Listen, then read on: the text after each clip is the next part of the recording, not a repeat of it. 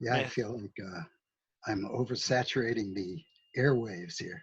No, I don't think so. Matter of fact, the fact that you have a Three Principles t-shirt lets me know that you're really serious today about speaking principles. So that's good. I What am is that? really. What is that shirt? This is from my European tour of 2014, and it was Julian Freeman had this crazy idea that I should do up a T-shirt like a rock and roll tour for this tour, and I thought it was the worst idea I had ever heard. And then the more I thought about it, the more I thought, whoa, that's a really interesting idea. It would be like just for laughs, you know? And so I had this shirt printed up, and I don't know if you can see see that. Yeah, wisdom, love, Yeah, this peace. is, Oh, that's from your book, that little yeah, temperature. yeah. And so on the back, I will spare you taking my shirt off to show you. Um, on the back is a listing of everybody who put me up in all the different places I went on the tour. So that's what that was all about. How cool. That's really awesome. That's really awesome. It is cool, Amir, but really, if you come right down to it, it's that Red Sox baseball hat that's really putting me over the edge. Oh, is that what's going on? Oh no. Yeah. Well, we'll work on that. Yeah. What are No, you? that's awesome. Are you kidding me? We're Boston people, right, Oh, Jack? that's Oh, right. You're okay. Boston. Right. That's right. You guys are both Right. Boston people. That's right. That's right. All right. Well, what are we going to do today?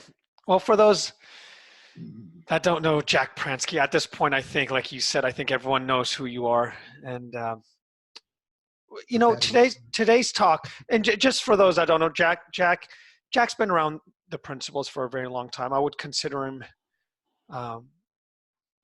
one of the main teachers, if not also a historian of the principles. Paradigm shift was a little bit different. That was basically the kind of the fruition of the principles, if I believe, right? How would you explain like paradigm shift? I would explain that as the history Yeah, of how it came to be out in the world. there you go. Yes, Terry, I will be sharing. I'm recording it right now.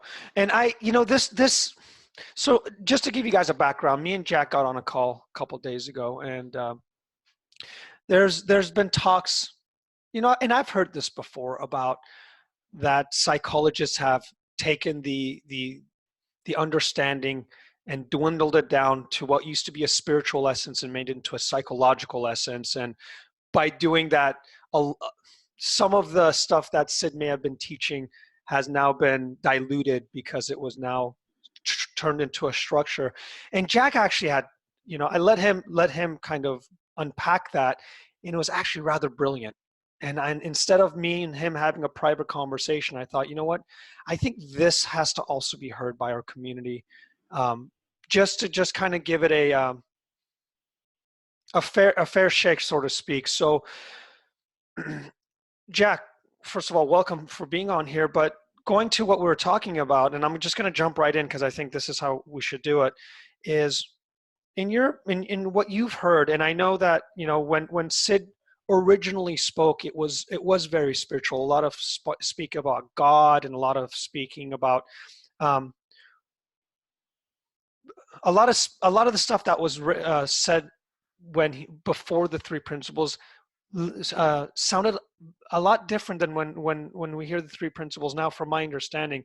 And I want to know if that's true. And secondly, why did the three principles come to fruition? And was it because of the psychologists, or was it because it was useful, or what? Could you give us a little bit of a background on that? Well, there's a lot of questions in there, Amir. Yeah, that's true. That's fair. I was trying to put my head wrapped around myself. So where to start? okay, let's start with this. When Sid started to speak originally, was it different than what it is today, would you say? Yes and no. Okay. I knew that's a Jack Pransky answer, by the way. Let's see. The three principles were always embedded in what he was talking about. They were not specified. You can listen to his old tapes. You can read the original books that Linda Quiring had written, which were his words. And you can see the three principles all over the place in his books. That's all he was talking about. He didn't specify them as three principles then. That doesn't mean they weren't there. They were everywhere in what he was talking about. Now, Linda described on that last call with David Banks how Sid first, came up with three principles. And I don't want to repeat that story, but it was a long time before a psychologist showed up on the island. But he still was speaking very spiritually, and not on his tapes anyway, because I wasn't involved then. I don't know this story firsthand. So he was basically still talking the way that he was talking. When the psychologists showed up, Roger Mills and George Pransky,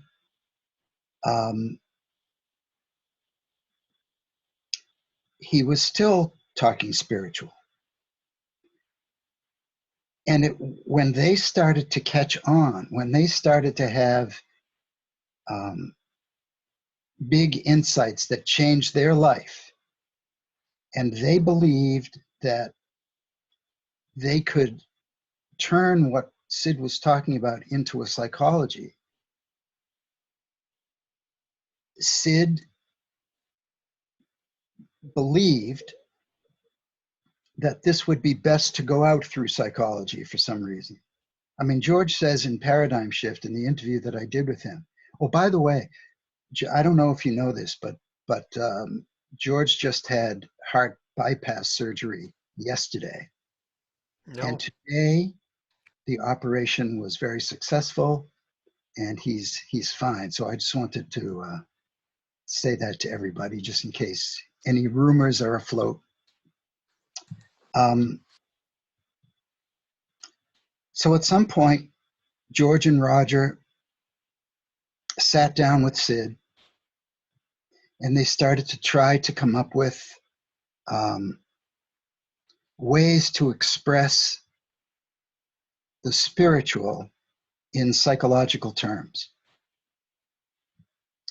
Now, even then, there wasn't talk about three principles.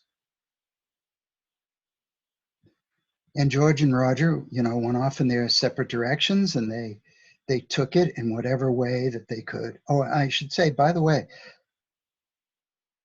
the reason Sid ended up thinking that it would be best to go out through psychology is because him talking spiritual could only reach so many people.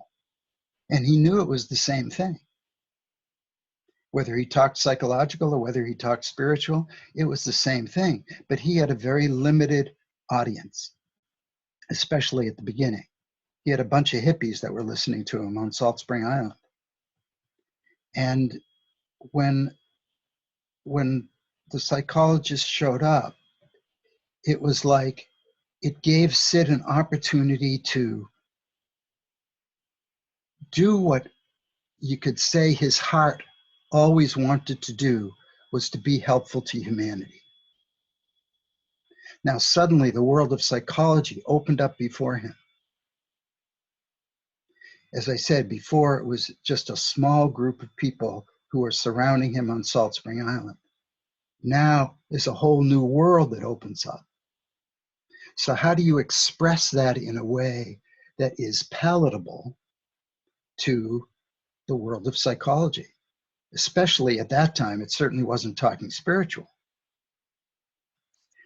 it wasn't until the American Psychological Association came up, like the idea of how can we get the APA, American Psychological Association, to accept this as a psychology. And suddenly the whole notion of talking spiritual became verboten.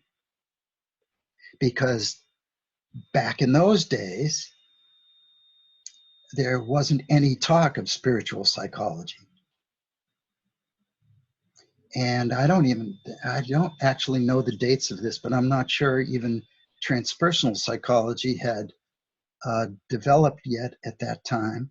I'm not totally sure about that, what the dates were, but it certainly wasn't accepted by the APA at that time. So, but something happened in between those two things that I was talking about. The psychologists getting involved, talk about the APA. The thing that happened in between was this guy, Rick Suarez, got involved through Keith Blevins, actually. And he was a great conceptualizer, you could say. So he was the main person who took what Sid was talking about and turned it into conceptually how it would be used in psychology. And he came up with 4 principles. So one day, the story goes that somebody asked Sid about what the 4 principles were. He said, "What 4 principles?" He said, "There aren't 4 principles. There are 3 principles, and they're mind, consciousness, and thought." And he just pulled the plug on what Rick Suarez was doing, because he thought, this is off base. Great intentions to bring it to the world of psychology, off base. So just before I came into this, so maybe around 1990 or so, I came in 1991. Sid puts out a tape that for the first time, the tape talked about 3 principles. But when he was talking about it at that time, he was talking about it so universally, so spiritually, even though he wasn't saying spiritual, that I couldn't make heads or tails out of what he was talking about. And that was because he was putting that out for the people who were now teaching this understanding, to kind of get them refocused. You know, before that, it was almost like everybody to themselves. You know, you go out and put it out the way that you really feel like it's best to be put out. But then and I'm not sure of the exact timing of this, but it's in Paradigm Shift somewhere, is when the idea for getting it approved by the American Psychological Association came up. It then became a faculty had to be developed. So there was at that time it was called Psychology of Mind. So a Psychology of Mind faculty came into being. And then when the Psychology of Mind faculty came into being, at some point along the way, and it was to give, to give credence for the American Psychological Association. Maybe they started meeting before that, I'm not sure. But when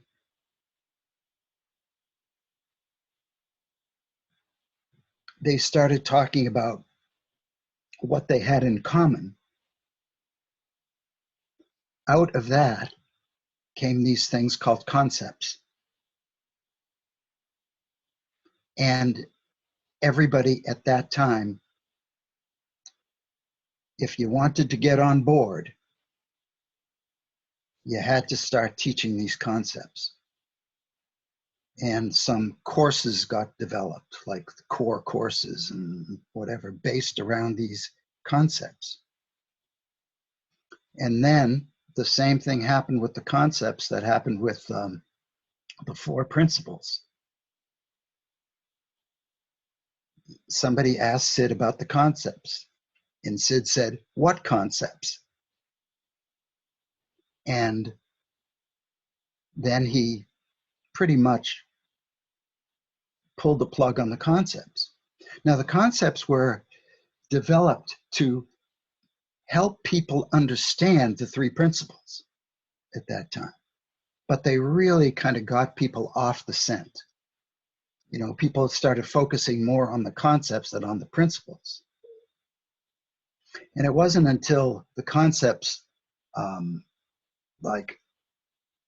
had to disappear from everybody's mind that people were forced to focus on 3 principles are what creates everybody's experience of life moment to moment. That, to me, is the brilliance of what Sid was talking about and what sets him apart from the rest of the world in terms of great spiritual, enlightened people who talk pretty much the same type of thing.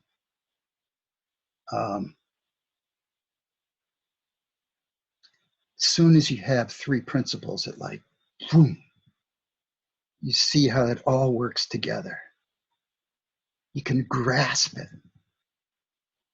It was impossible to grasp before. Let's put it this way. I don't know anybody, especially including myself, I don't know anybody that totally grasped what Sid was talking about before the 3 principles became the focus and came into play. I've talked too much. No, I not only do I agree with you in my own experience, when we're talking privately, looking back, everything that I read in Buddhism, Zen, Christianity started to make sense in light of the 3 principles. So Yeah. I completely get what you're saying.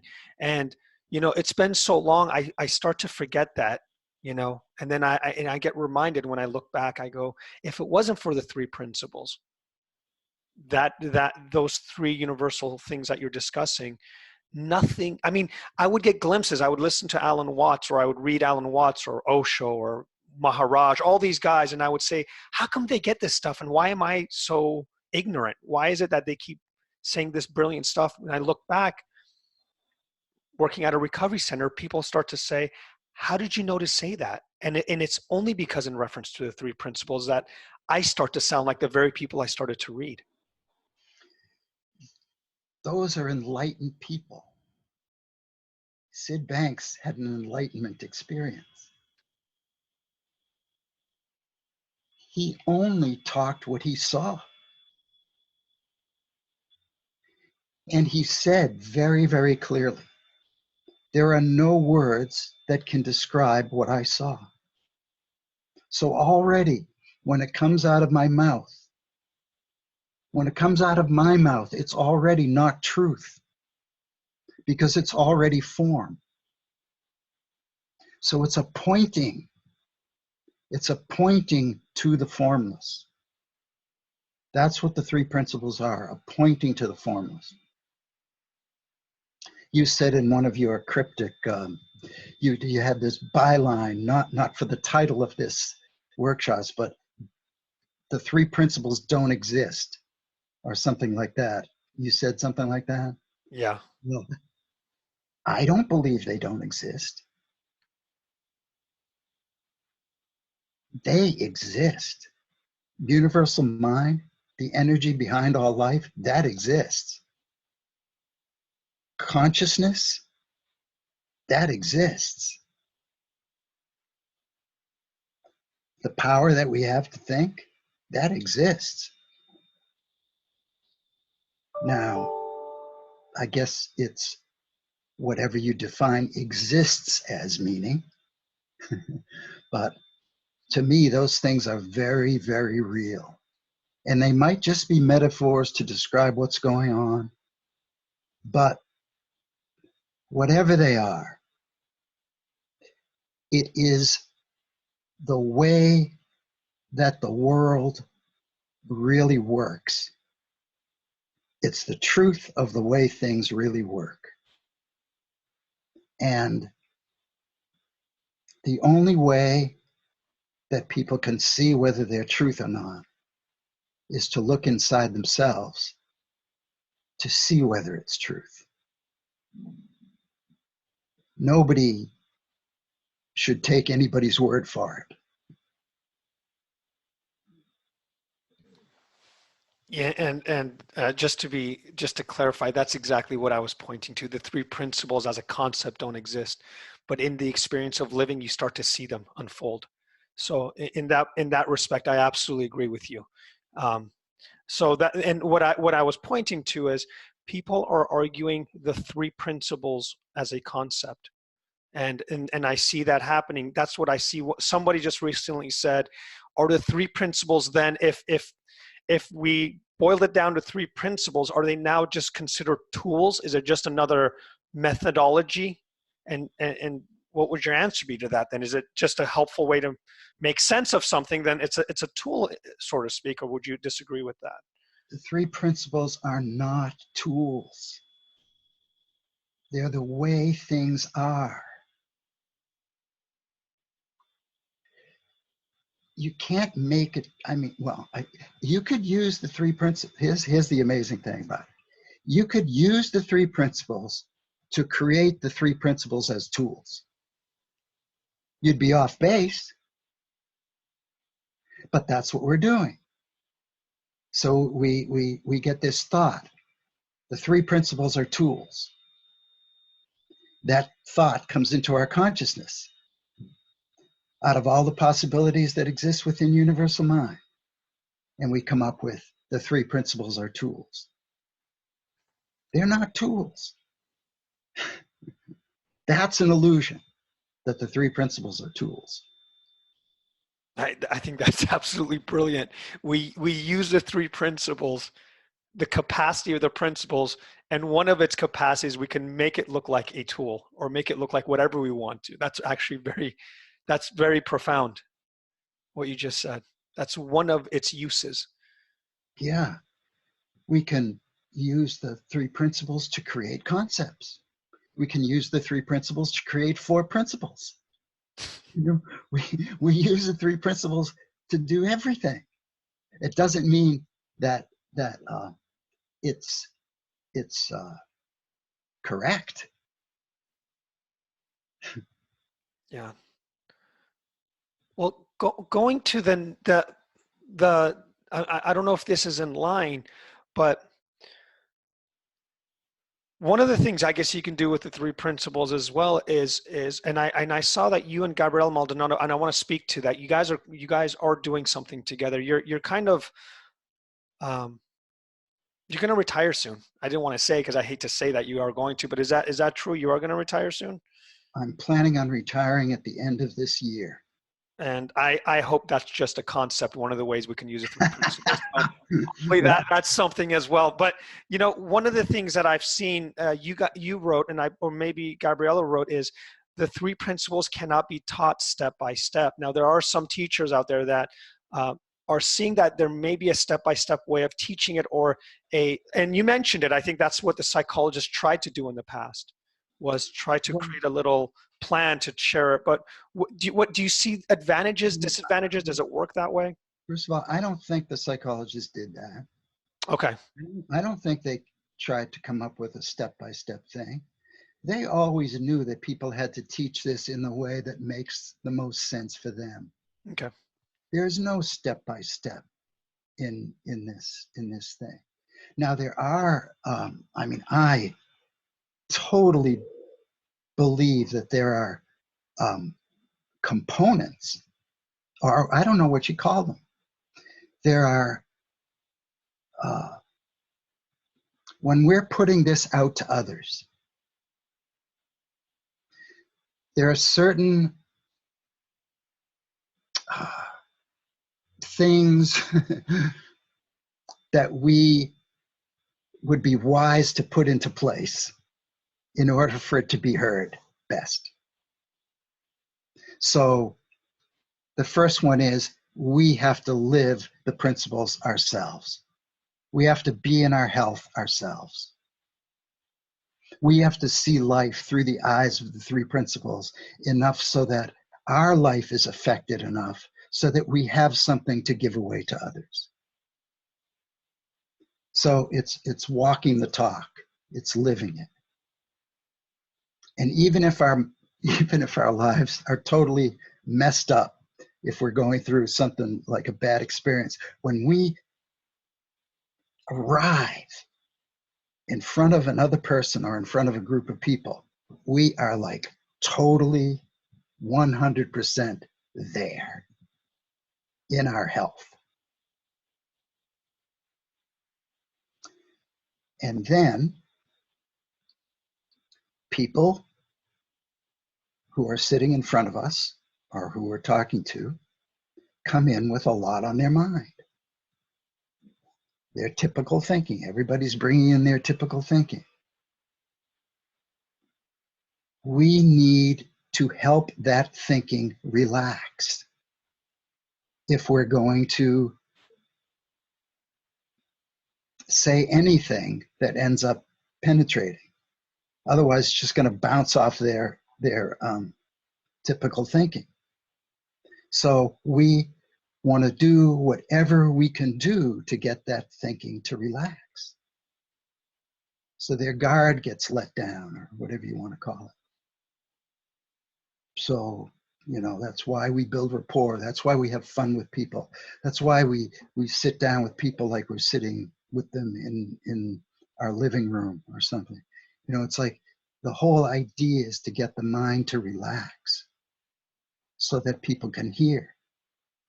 And then we want to go into deep, deep listening so that we hear the essence of what they're saying is the problem and what their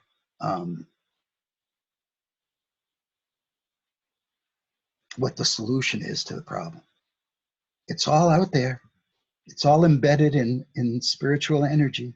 It's all embedded in universal mind. Deep listening is listening so deeply that we're able to hear it. And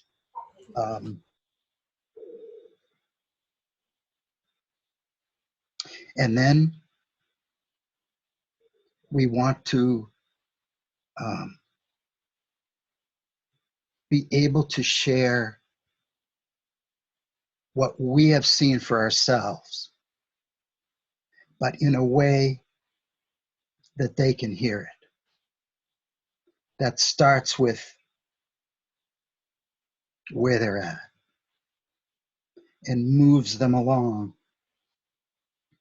so they can hear something new,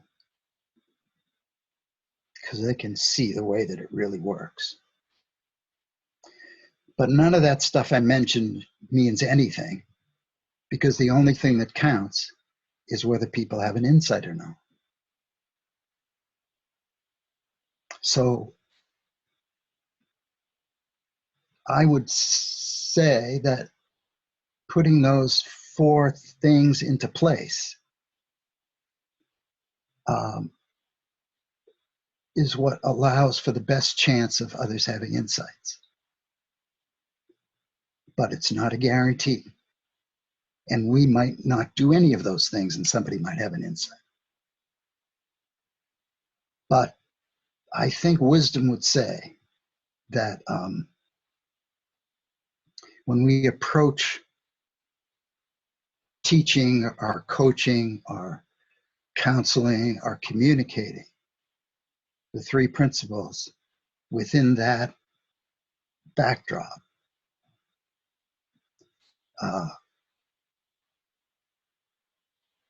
it has a tendency to affect people the most. Or in communities, or in organizations. Same thing over and over and over and over again.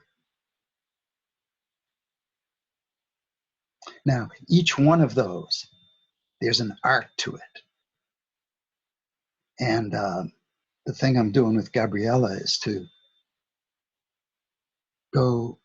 help people go deeply into all of those different aspects of it.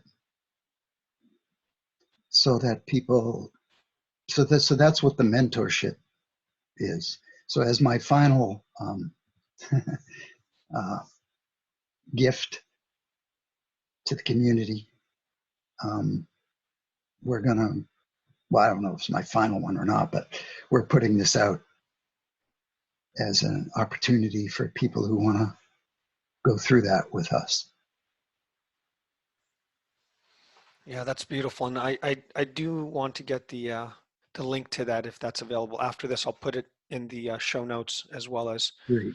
So I'll do that. And then, so from what I heard, Jack, correct me if I'm wrong then, it's not a step-by-step plan, but these are containers that are needed to be in the conversation in order for a deeper conversation. So in other words, it can't be step-by-step because with deep listening, you may give somebody a hug, and with that container that you bring in, there's an infinite ways that you can show up with that specific conversation. So a step-by-step would say, if Jack says something, I should ask you a question, but that's not what you're saying. You're saying if you listen deep enough, your wisdom will guide you to the next steps. So you can't have the step-by-step plan because there's something before that that gives you the navigation, so to speak, tools to tell you what to do next, to the unfolding. Well, wisdom, which really is the purest, this is the way that I see it, the purest aspect of universal mind coming into our pure consciousness. It's embedded within us. It's like a pipeline to universal mind. Even that's a misnomer because we're all part of universal mind, but you know what I mean. So wisdom is always guiding us. We just get distracted from it most of the time. So wisdom would tell us whether it would be a wise thing to give somebody a hug or whether they're going to punch us in the face as a result. I mean, you know, so it's like that, and that's why techniques are not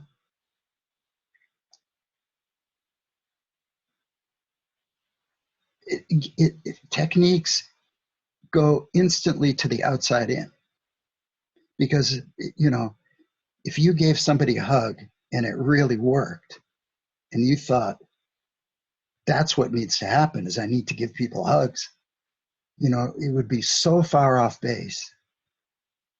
The first one worked because it felt right. It felt right in the moment. And we can always tell by whether something is working or not. If somebody's eyes start glazing over, we know we're not in the right ballpark.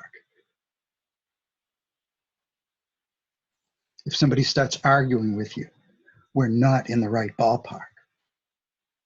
We got to take a step way back and listen deeper.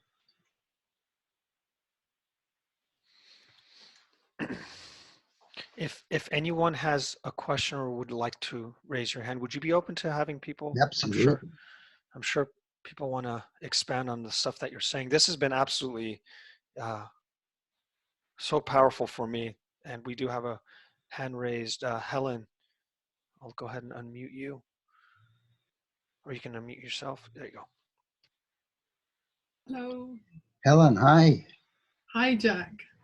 Thank you, Jack and Amir, for putting the call on today.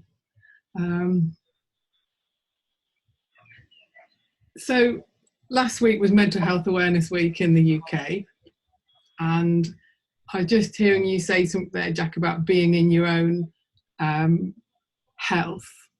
I think you used the word health. Mm-hmm.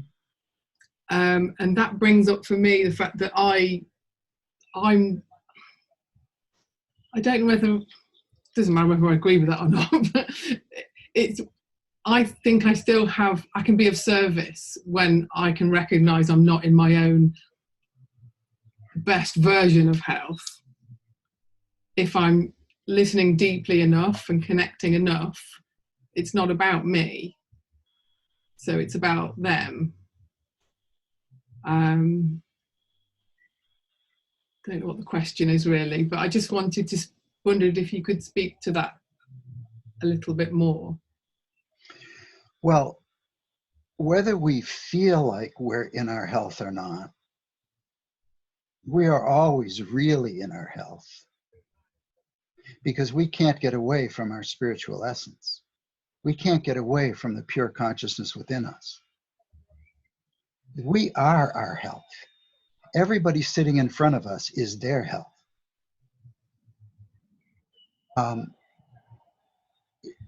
And when our health is able to connect to their health beyond the presenting behavior, presenting thinking, that's when magical things happen. So we're all in the same position. We are our clients, or we are our trainees, or we are the same as the community people we're working with. We all are this perfect health. And we inadvertently get in the way of realizing it, so that we walk around through life without knowing that we are. And that's why we search, because we don't know that we are. So when I say in our health, I'm meaning two things. I'm meaning the fact of it for everybody, and I'm meaning whether we are having an experience of it in any moment. And that happens either when all the rest of our thinking shuts down in a moment, and it's suddenly out there for everybody to see, or when we realize that we're just creating illusions that make it look like we're not our health.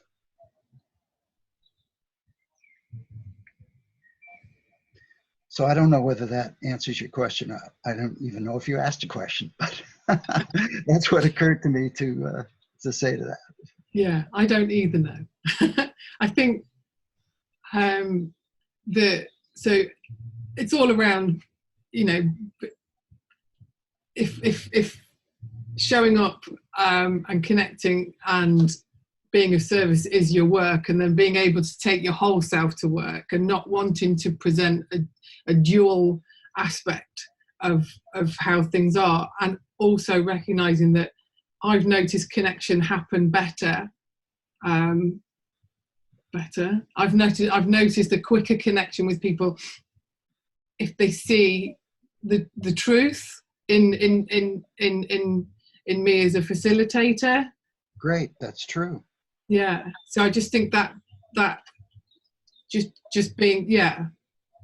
And I don't know, maybe I just, as you were speaking, I heard you, you know, I think it just links into that not feeling enough sometimes. And it's yeah, learning to trust that it doesn't really matter. Like you say, it's what happens in the moment, and how, yeah, going back to the letting go of that thinking and getting back to the deep listening.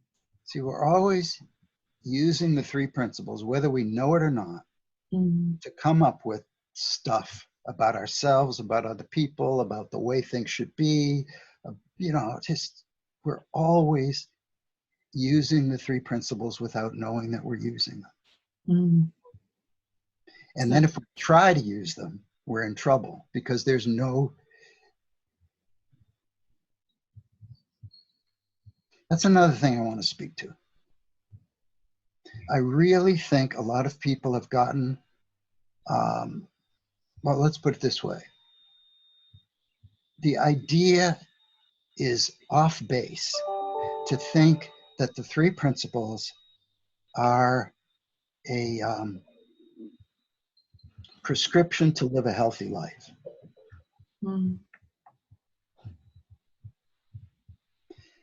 We're not trying to get anyone anywhere. All we're trying to do, all we're doing, I should say, all we're doing is helping people see how it works. You know, we've been looking in this direction. I'll speak for myself. Before I bumped into Sid Banks, as far as I was concerned, life worked like this. I had my experience with Sid Banks. Suddenly I realized, whoa, life really works like this. I was totally off base, totally just wrong. And that shook me up. That shook up my world. And my life was never the same. Now, that wasn't the purpose for my life never to be the same. Sid was just showing me how it really worked. And even though I couldn't understand a word he was saying, something shifted in me.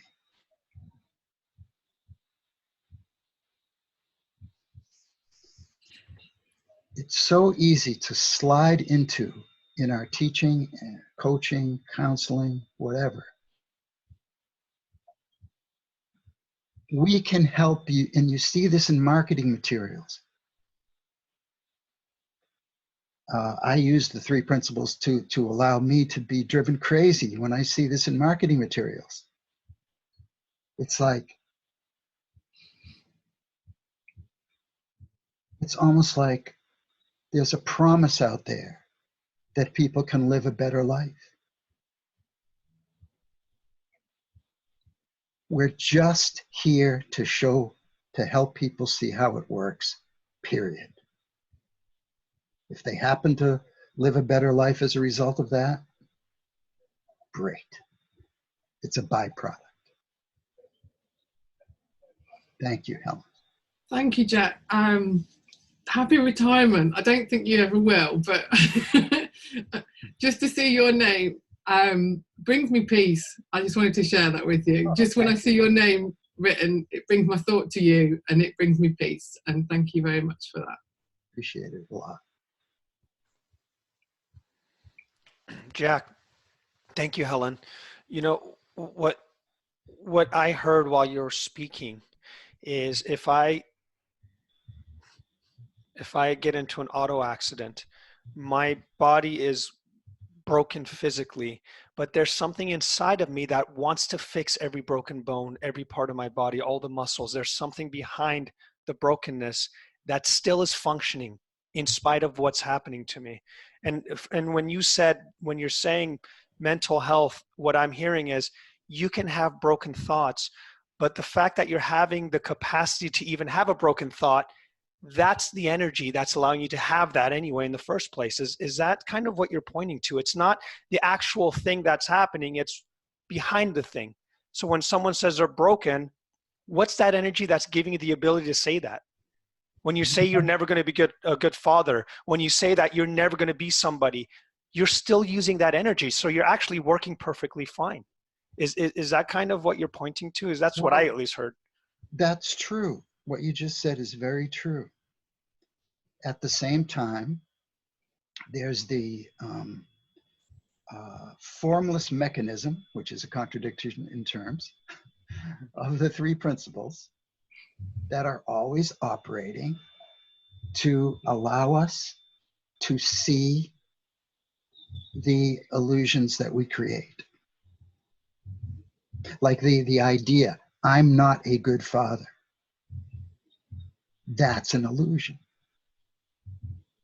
Now, it's an illusion that looks real. It's an illusion that feels real, but it's an illusion. How did that illusion get there? By the inadvertent use of the three principles. So both of those things at once, together,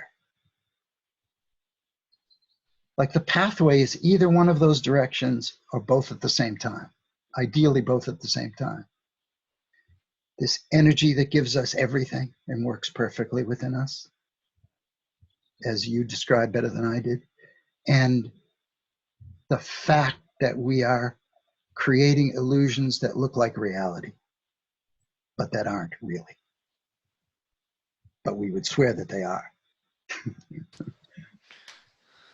So the difference then, than what the principles are than some other modalities of psychology, I would say, is then if I say I'm a no good father, some psychologies are trying to uncover the illusion. Why are you not a good father? What can we do to make you a better father? Is that what we aren't trying to point to in the principles, where some modalities are pointing to?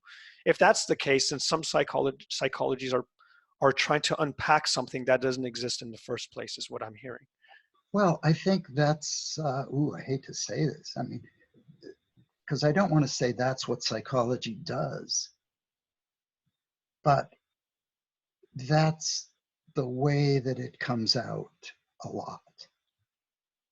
So the three principles are clearly saying, and this to me is what sets it apart from anything else. Your problems are illusions. And we are just the same as you. We do, we're all doing it. Some people create illusions that are darker than others. But we're all doing it. We're all doing the exact same thing. And it's really hard to get away from illusion in this world of form. I do it all the time. Yeah. We are illusion creators. That's what we do.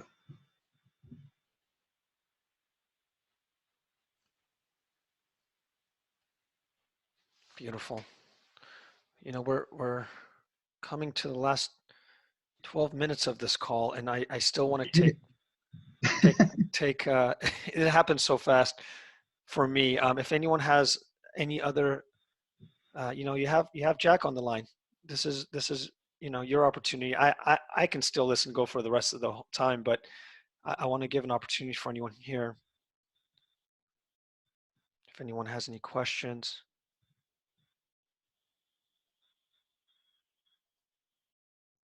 Wow, what a quiet group. Rui, we have one. We have one. I think people are settling with what you're saying, so sometimes it's a good thing. Let me, Rui, go ahead. Hello. Hi, Jack. Can you hear me well? Yes, thanks. Great to see you. Yes. I'm driving, so there's a bit of noise in the background. Sometimes this is where I'm at the moment. So in terms of the principles, and I would like to have your insights on this. Is so when we explore that we will always feel our thinking, and whatever we will think, it will look real to us in the moment until we don't, and then it just changes. So do we call all that an illusion, or are we, because for me it makes sense if we say that it's all an illusion from that standpoint, but then it would be for everything I would think, regardless if it's good or bad, if it's helpful or not helpful. That's true. And that would mean that everything somebody would think ever would also be the same. So if the principles would be always in place and creating from that place, and that always puzzled me, because so why would Sid be different then? Why would, I mean, he felt what he thought, for sure. It was really a strong feeling he got. He had a huge insight, but it's so isn't that still an illusion? Well, yes. However, we all have the capacity to see truth. We can, because truth is what operates, whether anybody can see it or not. We end up seeing truth at this level, at this level, at this level, at this level, at this level, at this level, and all the way down. We see our truth. Even at the very lowest levels, we see our truth. Now, when it's really helpful to see life, to me, it's really helpful to see life in terms of levels of consciousness. Every time we get a thought, it comes into our consciousness at a certain level. And we look out at the world from that level. We get the feeling of that level, and we look out at the world from that level, and we see whatever we see, and we call it reality. Whatever we're calling reality is an illusion, because it's not the same for everybody. But if we're able to see at the highest, getting up there in high levels, the closer we are to seeing truth unencumbered. I'm not sure that we can, I've never had the experience of seeing truth completely unencumbered by the world of form, because I'm in the world of form. But when I heard Sid way, way, way, way, way beyond my intellect, and I knew beyond a shadow of a doubt, this is the only thing I knew. I knew that he was speaking truth, or as close to it as one can possibly get. And that's what started to shift me. So I don't know whether I answered your question. Yeah, thanks for making the effort to bring me to how you do see, and where I kind of get lost, and that's where I drop it most of the times. It's because it's almost like the chasing, like the who comes first, right? And if we always conceptualize everything, and then truth could also be another idea that we put in front of us to, and we make sense of.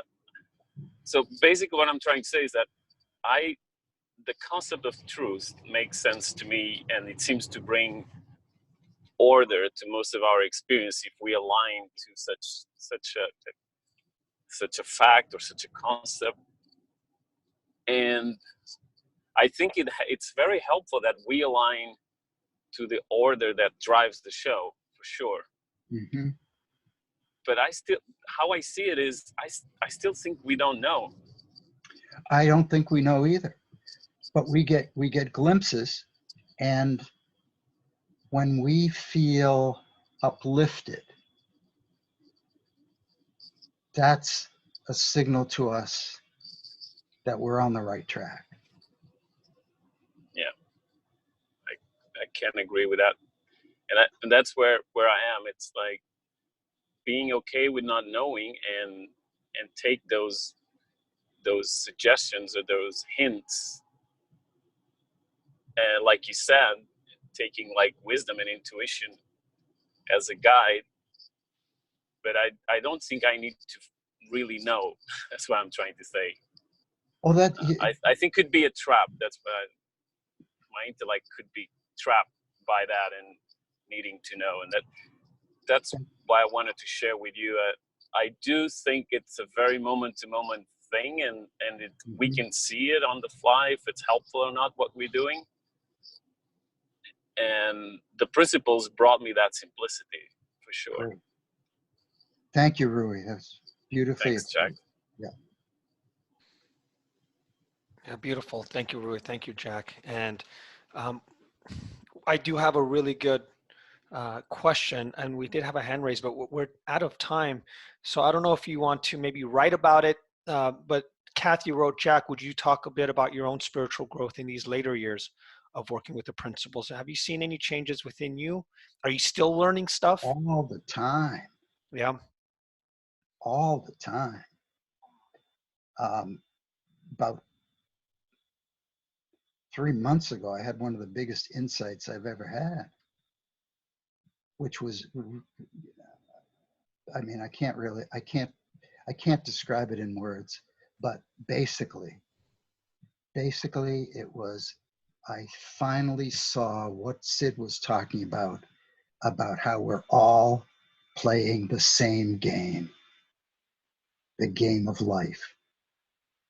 And if we're able to step back out of that game and look at the game being played, it's like that's where freedom lies. And it's so beautiful to see it, you know. And it's like when I saw it, all my senses, because I didn't have anything else on my mind, all my senses were like heightened. And it lasted about 2 hours. And then I was back to playing a game again. Wow. But I've gotten glimpses since. Yeah. I've always said that this paradigm is an equal opportunity paradigm. Doesn't matter where you've been, what you've done, what you've seen. Doesn't matter if you're a teacher or professor, homeless. We're all playing the exact same game. And there's no limit to seeing more, ever. Beautiful. What a wonderful way to end this. And again, can you give us? Do you know the dates that you and Gabriella are doing it, or? No, but I will get them sent to you. And there's also a couples retreat that Laurie Carpenos and myself and Nicole Beasley are doing in the Dominican Republic in December. And there's something when I go to London. I'm doing a training for a community group that we still have some spaces open, and I will send you that too. So if you can post all of those things, are you willing to? Of course. Are you kidding me? I think people would love to. Absolutely. That's I'm sure people want to know where you're going to be, and that's exactly what I'm going to do. I'll do a separate post on that and put it up with everything. I think that would be fair, and I'll put it in the YouTube video as well that we recorded. And for those that are in my VIP group, Jack will be joining us there for a little bit as well. So you know the link to that. Jack, you know the link to that? You got it? I do remember that you sent me 2 links on the same. Yes, so get to the second link. And for those that were here, again, thank you so much for your questions. I'm sorry I didn't get to, at the end, there was a few that wanted to have more questions. But hopefully, we'll either you can ask him in person when you go see him, or maybe we'll have him on again. We'll figure it out from there. But in the meantime, again, thank you for everybody. Jack, you never cease to surprise me, my man. I'm serious. This is always just such an incredible experience. And thank you again for everything that you've done in our community. Thank you. And thank you, Amir, for this great platform. And thank you to all of you out there. I wish I'd gotten to talk to every one of you. Yeah, fair enough. And we'll see the comments and posts soon, and I'm sure you'll take a look at those, and we'll speak to everybody else soon. Great. Take care. Bye, everybody. Bye, everyone.